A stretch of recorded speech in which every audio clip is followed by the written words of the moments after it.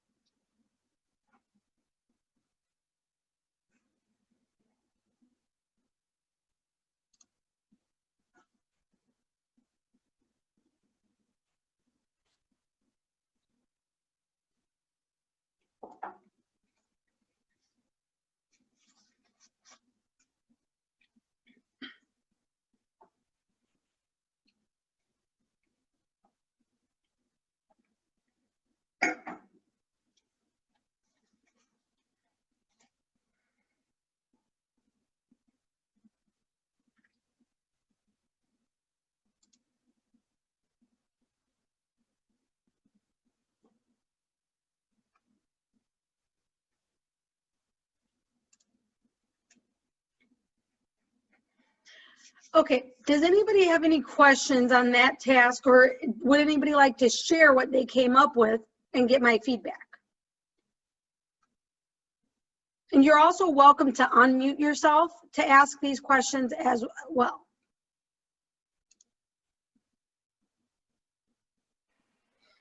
I'll talk. Okay, go ahead, Angela.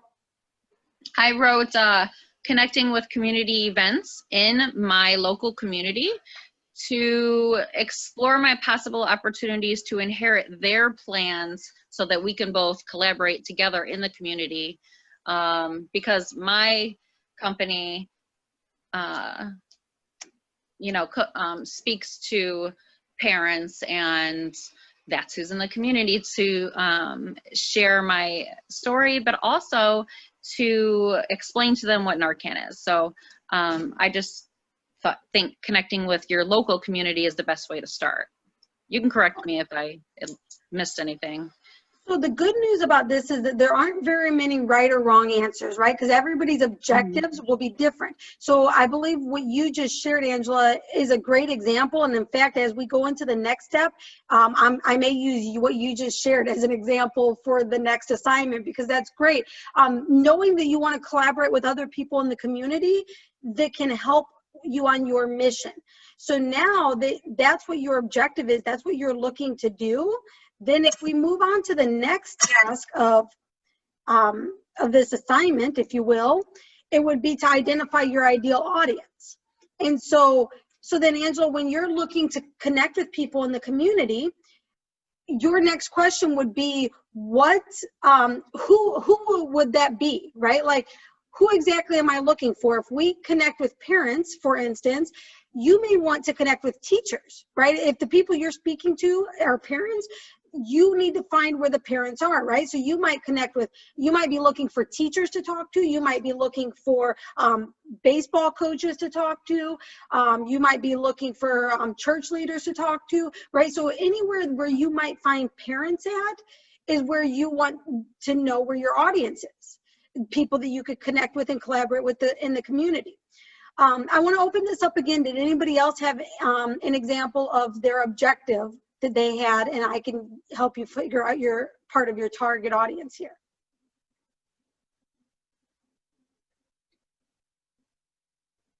Okay, that's okay if you don't. I will just say for you guys, the great thing about being on a live call, that you guys are getting an advantage over anybody who's watching this as a recording, is that you guys actually can ask your questions and get answers to them right away. So please don't be shy or hesitant. If you feel like you want to ask a question or participate in sharing your response, please do so. I'm happy to help. And if it's something I've not answered before, I accept the challenge to help you find your answer. Okay, so the next step we're going to do, now that you've identified what your objective is, what you want to be able to accomplish at the end of your message, now you need to define who that message is for. Who is it that you are looking to speak to? And define them in as great of detail as you can. So I'm going to share on the next screen here a worksheet that I put together for some of my clients that I have them do when we work together. And I will also send this worksheet to Sherry to send to you guys with the video and the PowerPoint. But I'm going to leave this up on here on the screen for a few minutes, because I want to help people understand, when you're creating your customer avatar, it's more than just, in Angela's case, we just talked about parents, right? So it's more than just parents or teachers. It's, well, how old are the kids that the parents have? What do they do for fun, right? Down in the who are they? What are their goals and their values, right? Do they have any hobbies? What does success look like to them?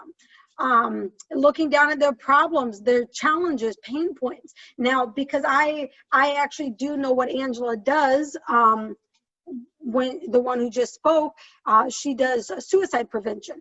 So the students that the parents she may be looking for, and I might be wrong, Angela, feel free to correct me if I am, would be parents probably of young teens and young adults, because they're more likely to want to self-harm themselves than a 3-year-old would be, right? So she may not be looking for parents of younger ages. It doesn't mean she can't talk to them or can't help them, but if she's really targeting, she's probably looking for parents of teenagers, right? So then how do they communicate, right? Where do they hang out? All of these different things, the more that you know about these people, whoever you're speaking to, and again, this does not just go for business owners. This even goes for if you are, you know, if you're a manager or if you are a team lead and you're running a corporation that maybe isn't yours, but that's okay. This is not just if you're a business owner. This is for all professionals.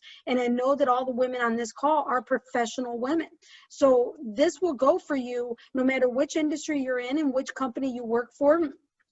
You need to really drill in who it is that you want to speak to. And again, that doesn't mean you turn away someone if they're not part of your target audience, but your message will speak to your target audience, so you'll get more of them. So for instance, maybe 80% of your clientele or your customers are your target audience. And then the other 20% are people that aren't part of the target audience, but they're still good customers. You're not going to say, I'm not going to do business with you because you don't have teenage kids, right? But, or I'm not going to help you or anything like that. But when you know who your target is, everything that you do in your flyers and on your website, in your social media, everything you do will be based around that message for that target audience. Right? So when you stand up and do a 30-second commercial, for those of you who do networking, it will all be based on this audience. And now it doesn't mean that your audience can't slightly change. as needed, right? So your audience might be different for different products that you offer or different services, and your audience might be different based on who you're speaking to, right? So for instance, right now I'm speaking to a group of women.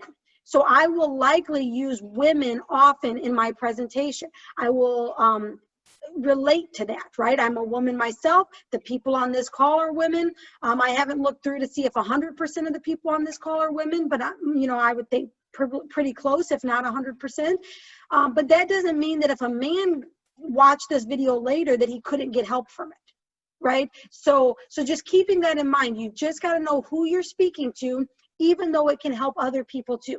But you've got to have your eye on who the message is for. Now you'll notice at the top of my customer avatar here, I have a spot for a name and a box there to insert an image. Now that name is not your name. I actually have my clients give their customer avatar a real name, like 𝗬𝗎 Smith. But I try to encourage them not to do a super common regular name that probably is very, I try to get them to do a really unique name. And I also have them put an image there. They can find something off of Google. They're not using this to make money or anything. So they can print off an image off of Google that matches who their audience is, right? So for instance, if we go back to Angela, because she's the only person who shared so far, she might have a picture here of a mom who's sitting next to her teenage daughter, right? Maybe talking to her teenage daughter in conversation, because that's who her target is. And the reason why it's important to put a real name there, and a real person, a real image, right? Like not literally like real, like one of your friends, but like make it real, because when you start speaking to this person, then you're more likely to actually speak their language and speak the things that they are likely to hear, because you're directing it at this person. Like you have a visual of who it is. You have a name of who you're speaking to. It's so much more personal. So you've got to go beyond just saying, well, my target is people between 25 and 45. There is a time and a place, I think, for a very broad target. But I think for most people and most businesses and most companies, most industries, the more niche that you get, the more clear that you are, the better results you'll have. In fact, I learned this lesson the hard way a couple of years ago. I didn't know who my customer avatar was, and I was just doing business with anybody who came in, and I was just, my 30-second was all over the place. People didn't really understand what I did. And once I finally defined who my avatar was, I started getting less clients, which is true, less clients, but they paid me a lot more money. So I'm making more money now than I was then, doing less work and working with exactly who I want to work with. So I'm telling you guys, when you can get this under control, it's freeing. So the next thing we're going to do is we're going to do the 2-minute task. I want you to define who your ideal avatar is, who your ideal audience is. I'm going to bring this that worksheet back up on the screen during this 2 minutes so that you can use it. But also during that 2 minutes, feel free to ask questions or share comments or anything like that. Okay, I'm going to start my 2 minutes right now.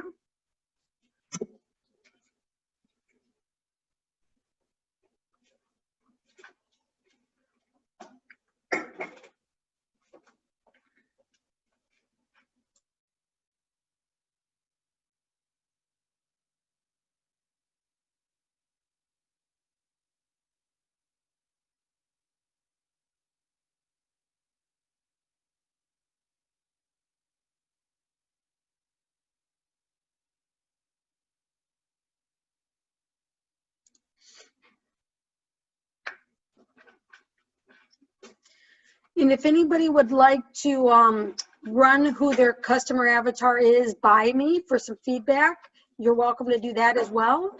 And sometimes your customer avatar, you may have more than one, because like again, in Angela's case, she has parents as one, but she may also have teachers as another customer avatar because they also are connected with parents. She might even have guidance counselors as a customer avatar, right? So you could have more than one customer avatar. You don't want to have too many because that gets confusing. But if you'd like to run yours by me for feedback, feel free to do so.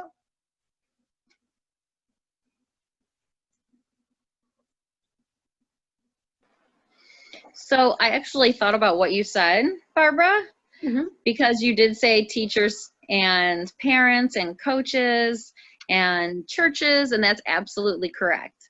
But I want people to think out of the box too. Like, how about our maintenance men who work in the schools with the kids? How about housekeepers who come in and clean hotels? How about hotel chains? How about secretaries who work with the doctors?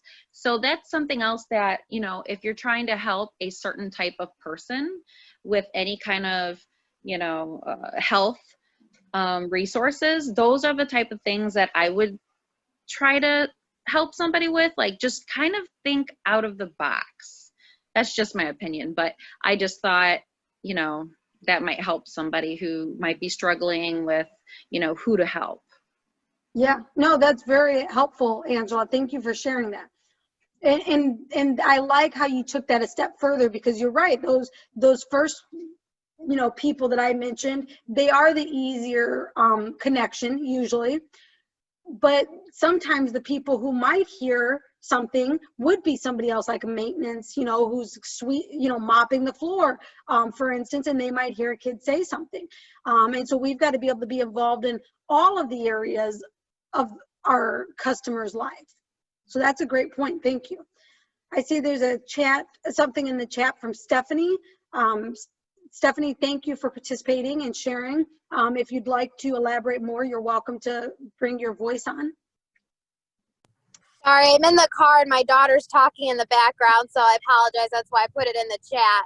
I'm a business professor by day, so obviously, you know, my focus is students of all different backgrounds, ages, socioeconomic status, etc. I'm a maternal health advocate on the side, so I have to work with both survivors and politicians of both backgrounds, and sometimes that can become difficult, obviously, with differing views. So I guess that was my question, or clarification of that is, what do you think is the best way to handle that when I'm dealing with, you know, different sides of politics and things like that when it comes to the maternal health side?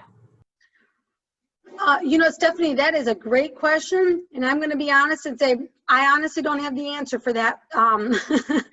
Because mostly because I don't, I'm not yet very involved with politics. And so I hear how politics go, but I'm just now venturing into learning politics myself. So if anyone has feedback on that, please share that with me.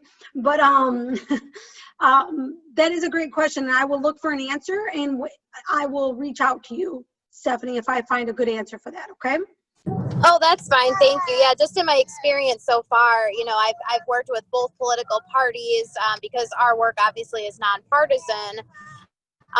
But then, you know, when it comes down to working with, you know, getting laws passed and bills passed and things like that, you know, there's a lot of back and forth that goes on in conflict between the two parties. So to get them to come to a middle ground is often difficult, but we have been able to hurdle that mountain, so to speak, in the past.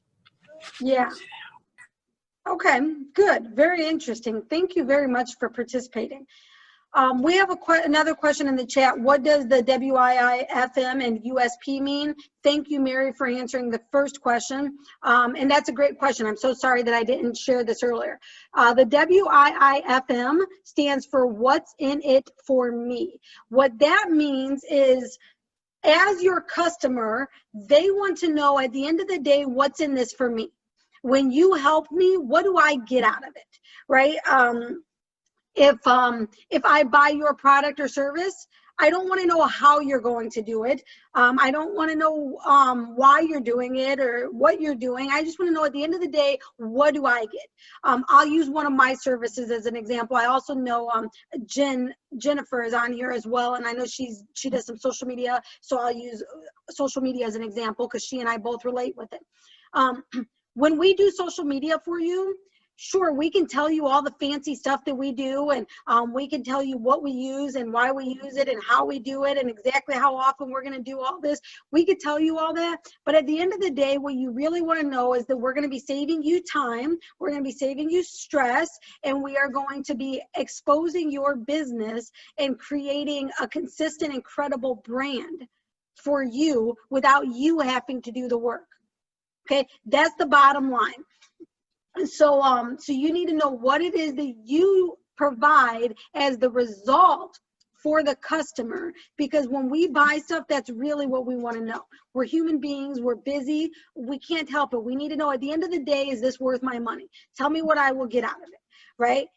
In my virtual assistant business, one of the things that we share as what's in it for the customer is, with all the work that we're doing for them, they end up with more time, less stress, and greater productivity, right? So that in itself is enough to be like, yes, sign me up. Whatever I got to do, get me signed up.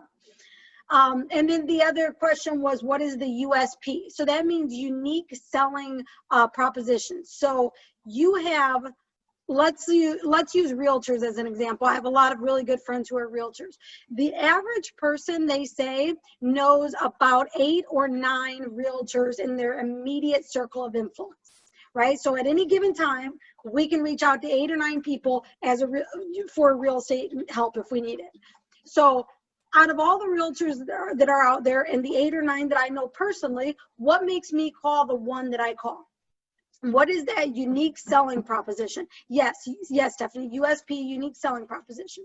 So what makes me unique, different from everybody else out there, right? And so whatever industry you're in, you've got to ask yourself that.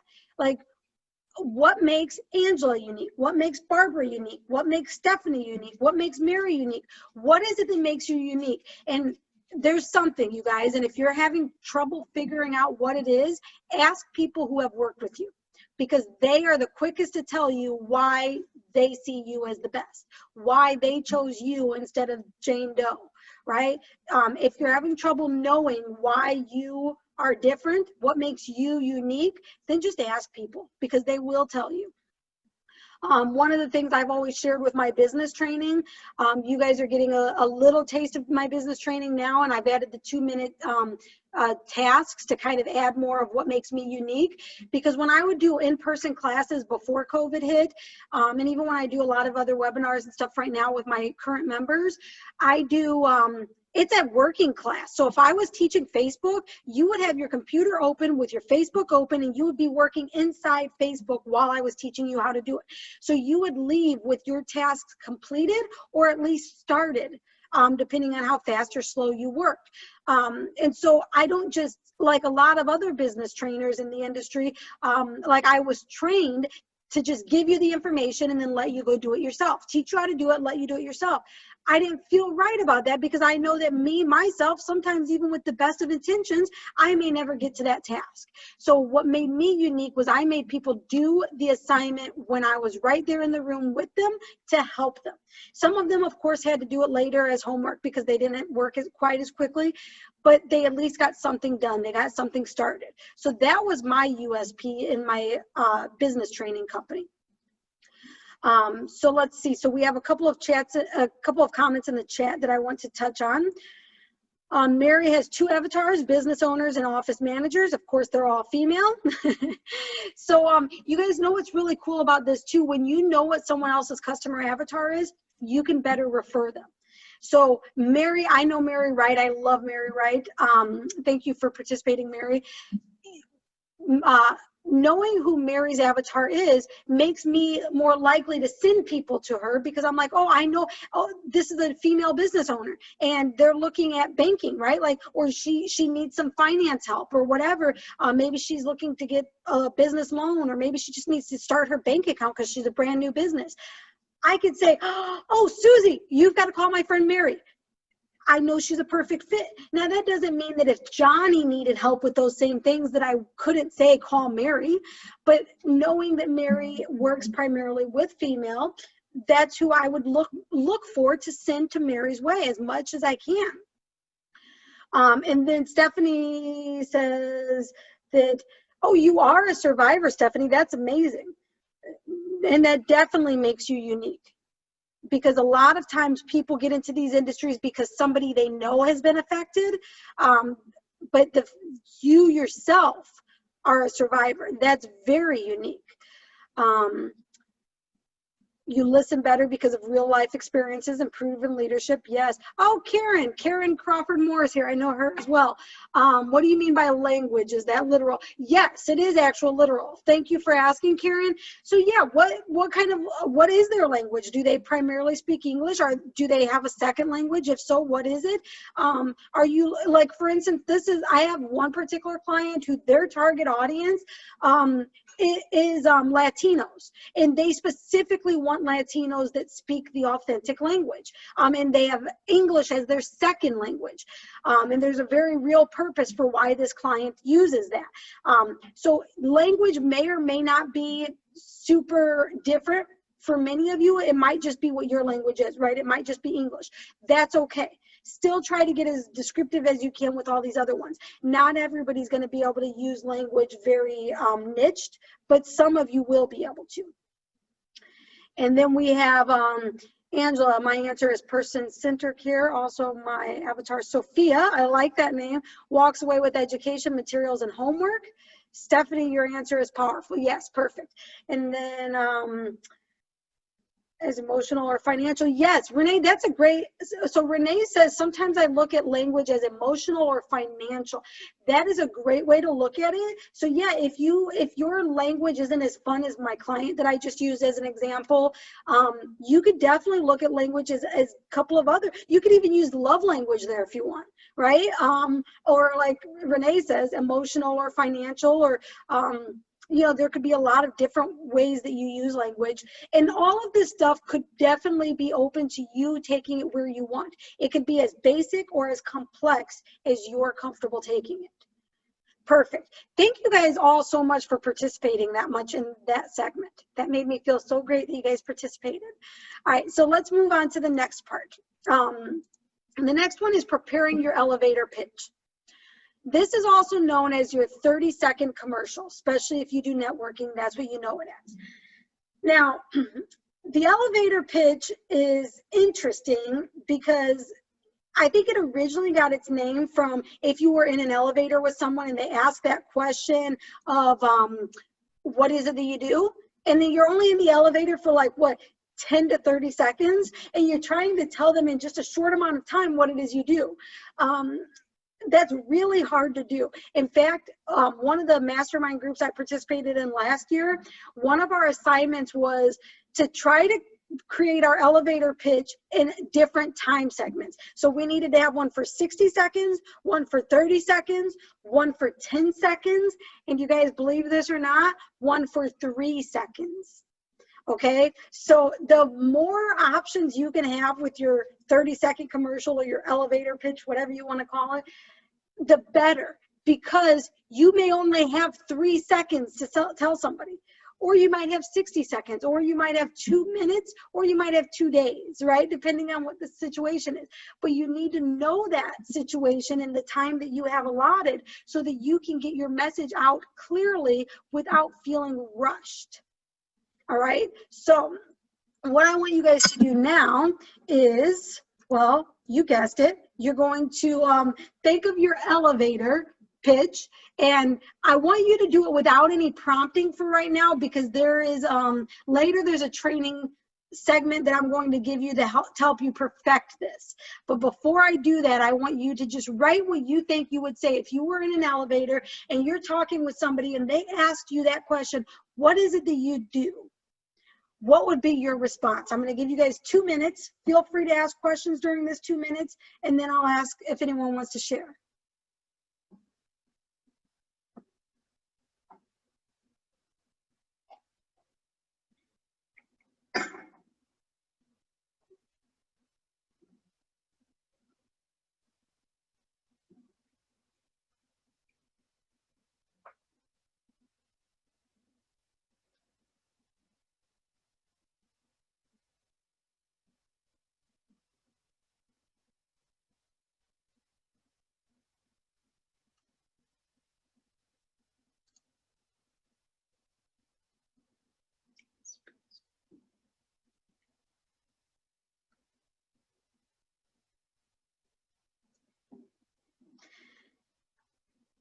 If you want to type your elevator pitch into the chat, that would be helpful, and I will go ahead and read them, and I'll give feedback on some of them. Mary says she heard me mention her name, but she took a call from an avatar. Woo woo! Way to get a call from an avatar, Mary. No, I was just sharing. I don't remember what it is, Mary. You'll have to watch the recording. Probably how awesome you are.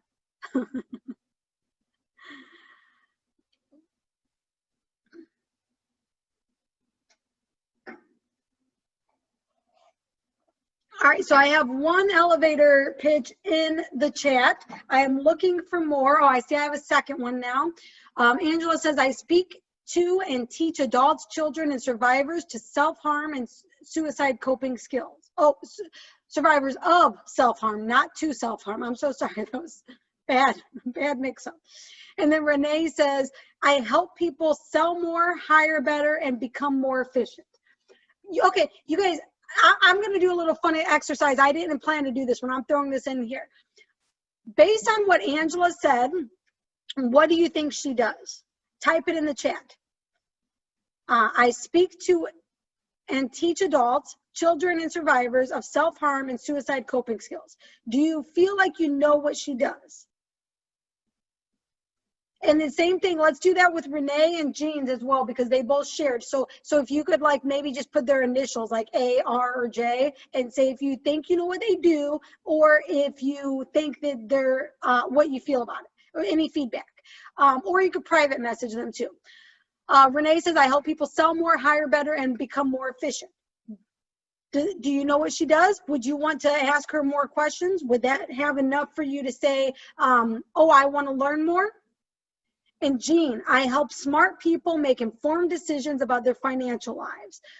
Okay, all right, tell me if you think you know what Jean does. And those of you who know each other, try not to answer if you know the person. I don't know how many of you really, like, I don't know if this is like you guys meet regularly and so you all know each other really well, like a BNI group, and if so, then maybe this exercise won't work as great as I wanted it to. But let's see, help more, hire better, and become more efficient. All right, so what I'm going to do is I'm going to mention what I think people do based on what they've shared here, okay?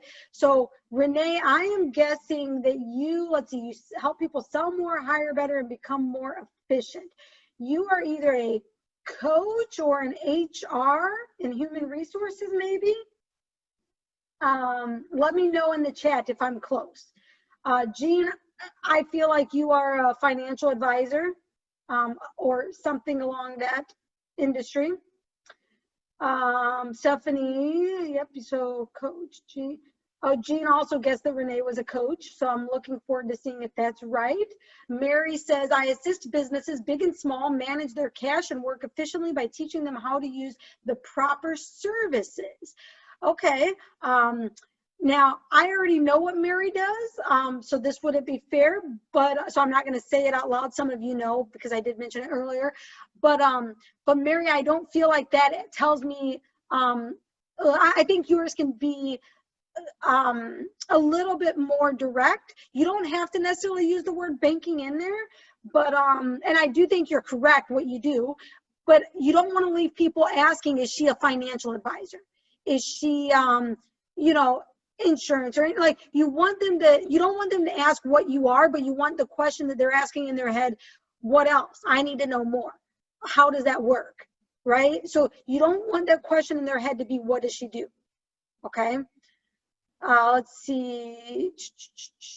I help business owners finance all aspects of their companies, working capital, building and equipment purchases, cash management.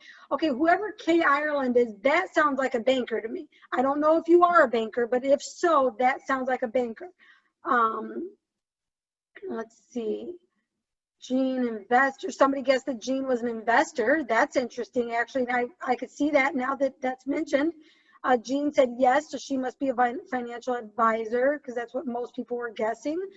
I bring the restaurant experience into people's homes. What do you guys think Karen does? I bring the restaurant experience into people's homes.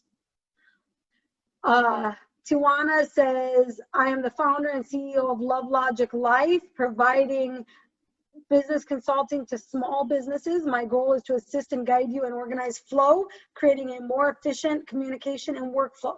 Okay, so what Tijuana did there was she told you her her position, well, her name, her position, her company, and then exactly what she provides, who she provides it to, and what her goal is.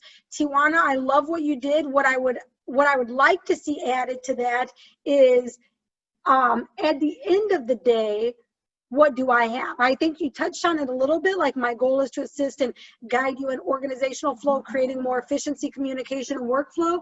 But after all those things are done, what am I going to have, be, or do, right? Like, tell me what's in it for me. I'm going to do a couple more. I see there's a lot of messages here, so I can't go through all of them. Michelle, I work for an environmental consulting and engineering firm that deals with environmental contamination and remediation of properties. We also have a sister company that can help find old insurance policies to fund those cleanups. Interesting. Okay. So, so she did tell us what she does early on, so that wouldn't be a good one to guess what she does.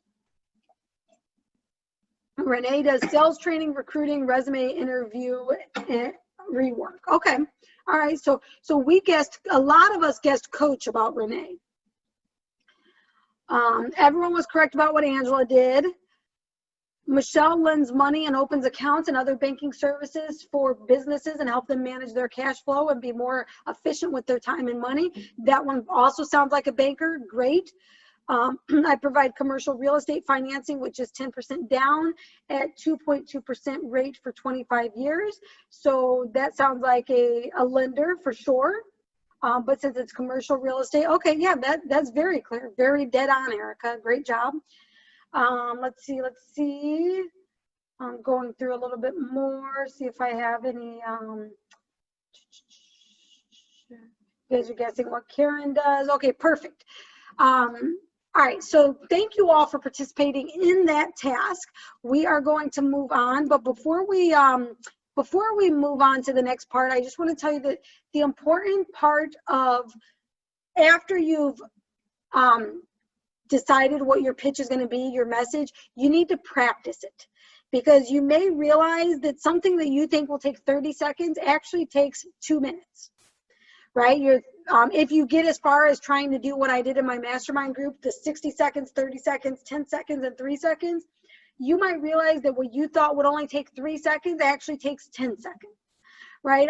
So practice your pitch, time yourself, because there are some groups that you will go to, or some experiences that you'll find yourself in, where your time really is cut off exactly at that time marking. So practice your pitch and your timing.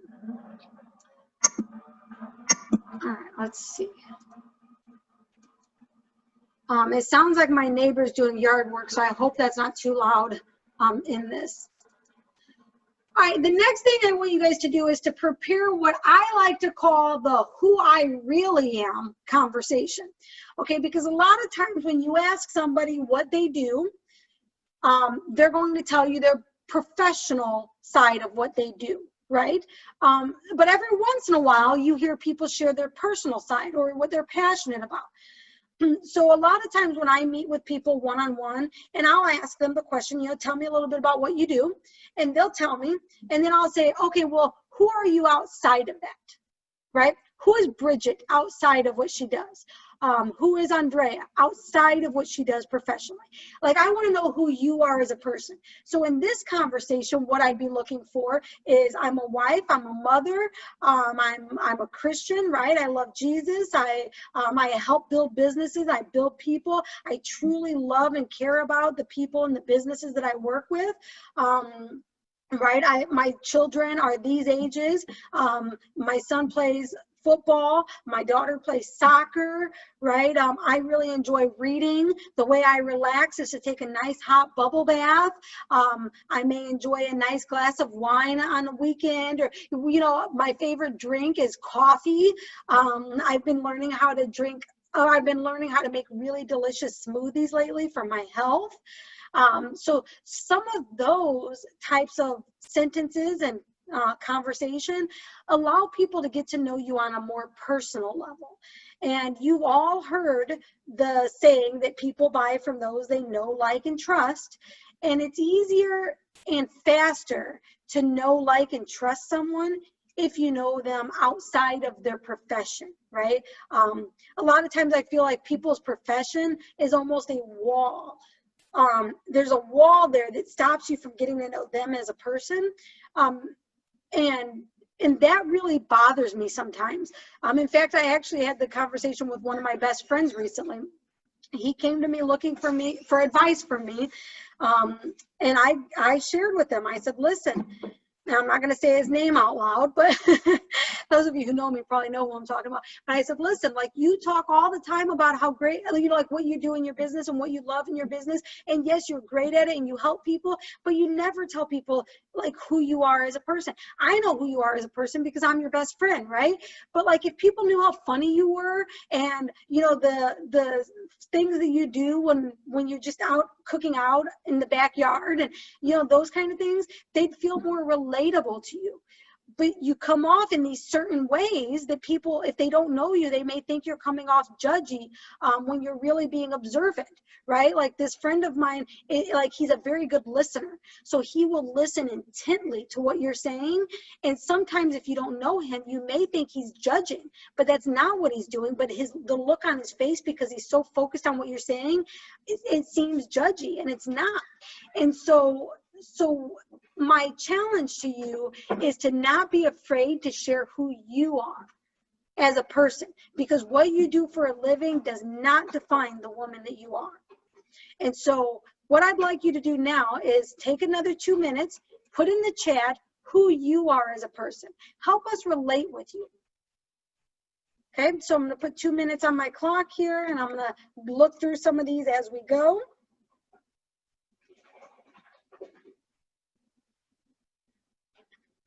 Stephanie, I like that. I'm a mother, wife, fur mom. My fur baby's laying right next to my feet right now.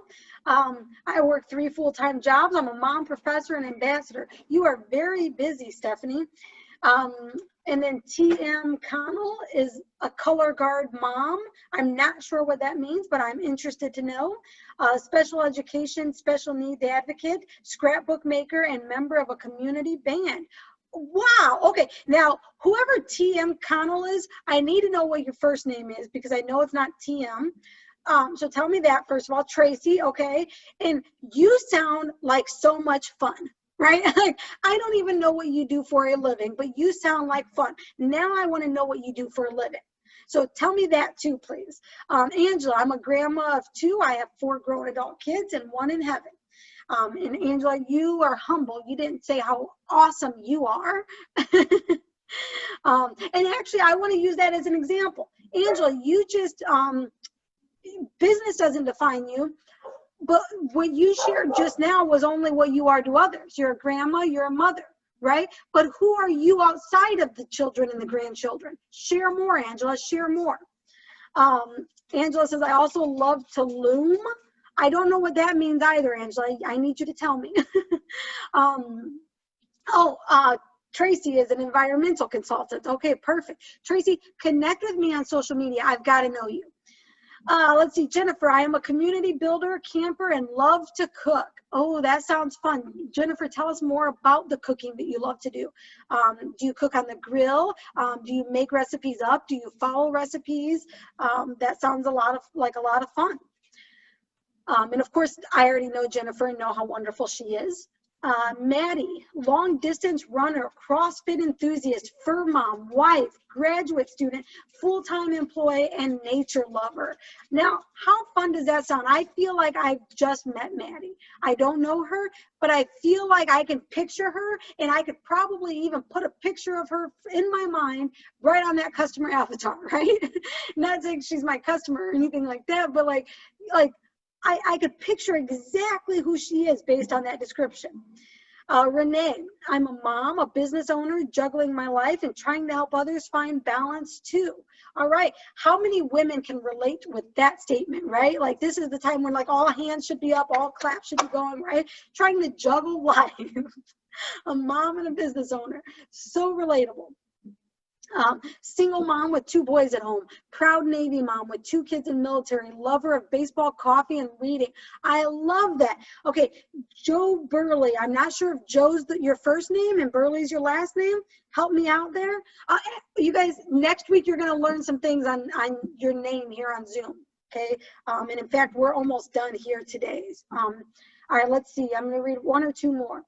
Kathy has a daughter in college, 2 little dogs. Her house is quiet now, so she's working on things for her. Joined Fit Body Boot Camp. Loves to me outside. I love to me outside. I'm learning to speak Italian. What? Okay, now that is cool. Ireland. Okay, Ireland. I need your first name. Oh, you said it right there, Kathy. Kathy Ireland. Okay, that sounds familiar. I don't know if that's a famous person's name as well, or if I know you from somewhere without remembering that I know you. But how cool. I encourage you guys to connect with each other if you're not already connected on social media. And if somebody says something that intrigues you here, connect with them. And of course, connect with me if you haven't already, because I love to get to know you guys as well. All right, I don't have time to read all of them right now, but wow, you guys, this is an amazing group of women here. I am so excited to be part of you guys right now.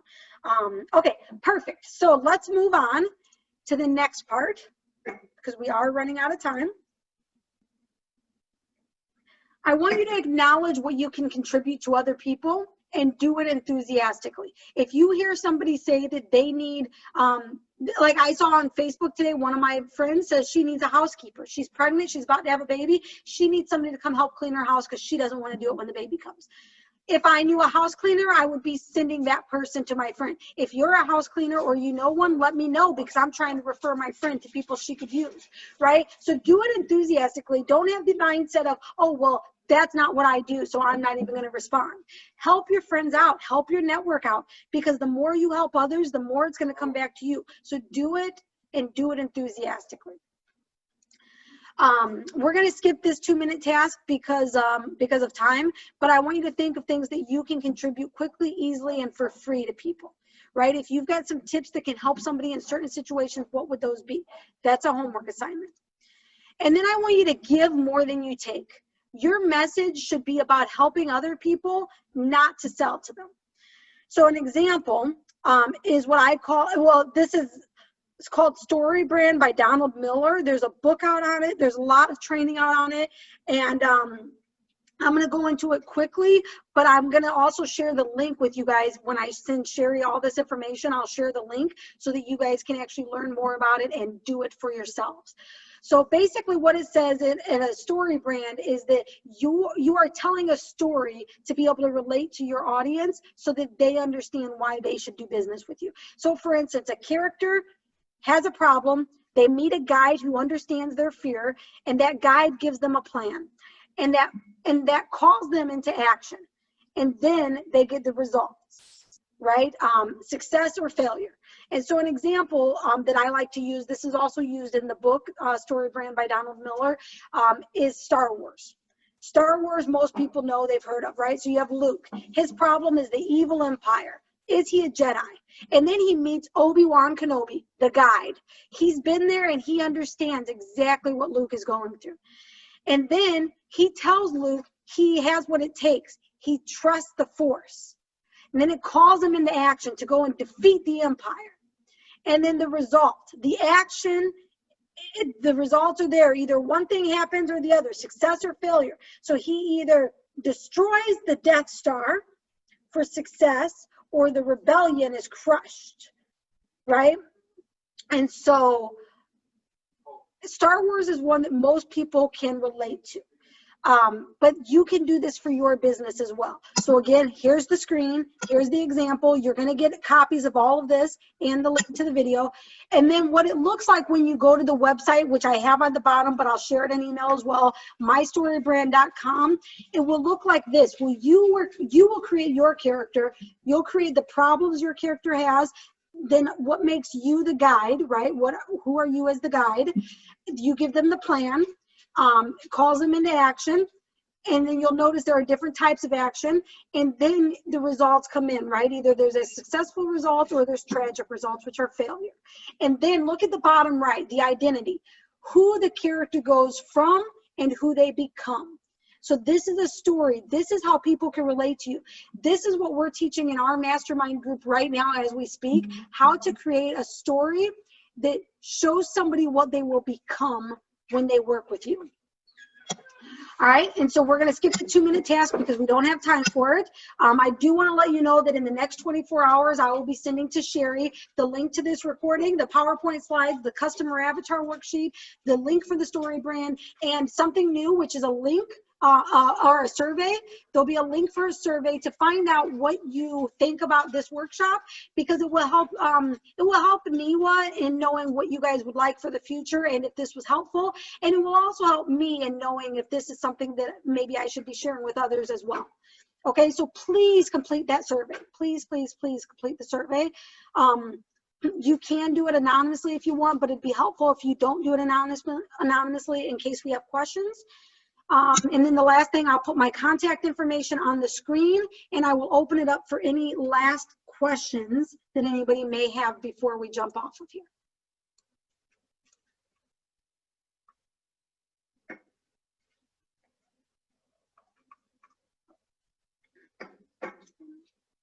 All right.